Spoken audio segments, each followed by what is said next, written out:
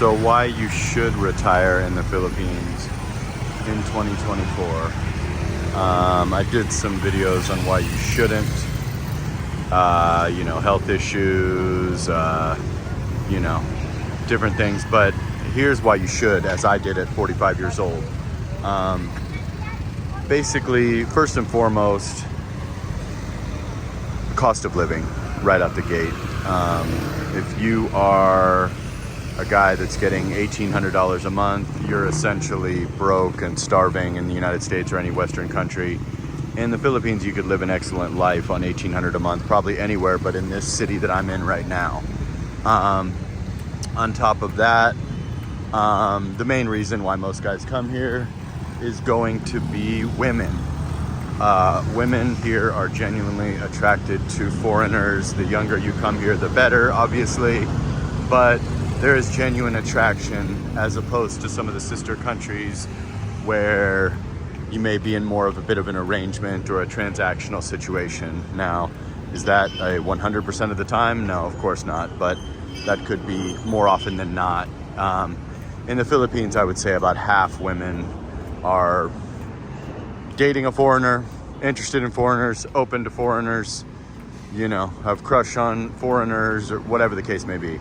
So, cost of living, great bargain. Poverty level in America or a Western country, you're living like a absolute great life here. $1,500 to $3,000, depending on where you live and what your habits are, if you're paying for your girlfriend, all that good stuff.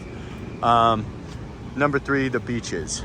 Some of the most beautiful beaches you've ever seen in your life. If you look at my shorts or my videos in Boracay, Siargao, Bohol, this place has some of the most amazing white sand beaches. My Grab driver, when I was coming back from Bohol, was asking me, when I landed in Manila and was coming back to my place, was asking me, what's the difference between Hawaii and Boracay? And I said, well, 10, 20x the price. But, Station 1 by Willie's Rock is pretty Hawaii-like. So those are a few reasons right there. Just, the beaches, the cost of living, the women. Number 4, the friendliness of the Filipino people. Filipino people are very, very friendly, much beyond, sister countries and neighboring countries. They are not going to be so friendly. That's just the way it is. Filipinos are heavily influenced by American culture. Music is going to be mainly American, coming from clubs, Western music, lounge acts, always singing American classic rock songs, etc. That's just the way it is. Obviously, there's a heavy Spanish and American influence in this country. On top of that, you've got the language. Philippines, they speak English. Other places, they do not. And when I say they speak English, I mean just about everybody speaks English. Different degrees, obviously. If you're over 50 and you live in the province, you may not be speaking fluent English, but you certainly speak it. For the younger people, for people in the cities, some of them have excellent English. Might even be better than yours. Everywhere has the ability to understand and relay a simple message, unless you're talking perhaps over 50 in the province in rare occasions. So that's going to cover that. Number 5, the ease of visa. Coming here on a tourist visa is the easiest thing you could ever imagine. You get 30 days upon arrival. They may have switched it to 60. I haven't came in a long time. Then after that, you get a extension for 1 month. Then after that, you go back in and you get a 6-month and you get your ACR card. After you get your ACR card the first time, it's a bit pricey or it's a couple $100 or whatever. You get it the second time and it only costs you 6,000 pesos in my case, where it was about 13,000 the first time. So then you just keep going back in and saying that you love the Philippines or that you're staying here or whatever. You don't really say anything. You just hand them the cash. They only take cash. Bring Filipino pesos. Don't bring your country's currency. And you can renew. You don't get questioned. They don't check your bank account. You don't need to be married. You don't need to deal with any of that nonsense that neighboring countries put you through. Like you need to be a wealthy man, or they want to check your bank balance, or how much you're getting every month, or this or that. They just let you stay. They're happy to let you stay here. So I think the people are the main reason. Men and women are going to treat you well, especially in major cities.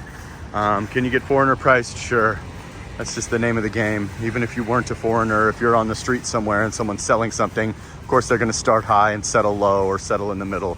That's just the way of life. So, I don't get too upset about it. First couple times I was like, what the heck? When your Filipina gets it for half that, or when a guy pulls up and tries to charge you double in a taxi or a scooter, but it is what it is. You know what I mean? You take that with a grain of salt and you move forward. So there is 5 reasons right there why you should retire in the Philippines in 2024. Now, the best place for a Westerner to retire in the Philippines, if you have, say, at least $2,500 a month, and you don't mind living in a, relatively small skyscraper, BGC. We're walking through it right now. Lamborghini, Bentley, Audi dealerships right there. This is the top of the top, in my opinion. You don't like this place? You don't like Manila? Cebu, IT Parker Business Park, going to be number 2 for where you want to retire. So that is the 2 places. BGC stands above all of them. Makati is great as well. You can get more for your money there. I had a penthouse there for $30K. Here, I'm paying $45, and it's not a penthouse, but it has a big balcony. And just when I walk outside, I have everything at my fingertips. In Makati, not so much. Makati's going to be a mix of skyscrapers and regular housing. Here, it's just skyscrapers. So you're in a bubble, and you're in a safe area. Makati's a little bit different. If you're into drinking or into nightlife, P. Burgos type of activities, you can Google that. That's going to be more for you. Obviously, there is the green belts and there is power plant. You want to live in a BGC type environment in Makati, just go to those 2 areas. There's many great areas in Makati, places like Alabang, but BGC is the best, to be realistic with you. If you're a guy just landing here and you want to, meet girls for dates and stuff, everybody will be impressed that you live in BGC. Whether you pick Forbes Town, up by where I'm walking here, High Street, Uptown, doesn't really matter. But BGC is a good transition place. Do you have to stay here forever like me, or stay here for over a year like me? No, you can move. You can meet a girl in the province. You can move to a beach. You can do whatever you want. But it's a great place to get acclimated, where you sort of, you feel like you're almost still in America. You're not giving up much. In fact, it's cleaner and safer than America. But you got, TGI Fridays, Olive Garden, Texas Roadhouse, Denny's, you name it, you got it all. So that's just going to be my recommendations. Obviously, there's places like Iloilo, Davao. Go to a city, you know what I mean? I know you might not be a city person, you might be a beach person. Give yourself a month there. You don't need to live there for the rest of your life or sign a long-term lease. Give yourself a week or 2 in BGC and just kind of get your bearings, get some rest, and decide where you want to go. I currently have a place in Boracay, and I have a place here in BGC. And have always kind of maintained that, but one size doesn't fit all. You may want to just move to a beach, you may just want to move to a city, but you can certainly land in a Manila or Cebu and get a bit of rest and hit the ground and see what the Philippines is all about for a second, as far as the city aspect of it. But those are just my recommendations, and those are 5 reasons why you should retire in the Philippines in 2024 and beyond. Now, obviously, you want to do this when you are prepared financially.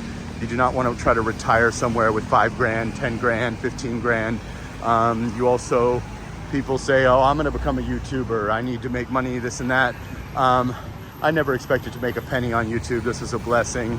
But a lot of times, YouTube is not a big cash cow for people. So a lot of people look at my channel and go, oh, this is easy. This guy's just this or that.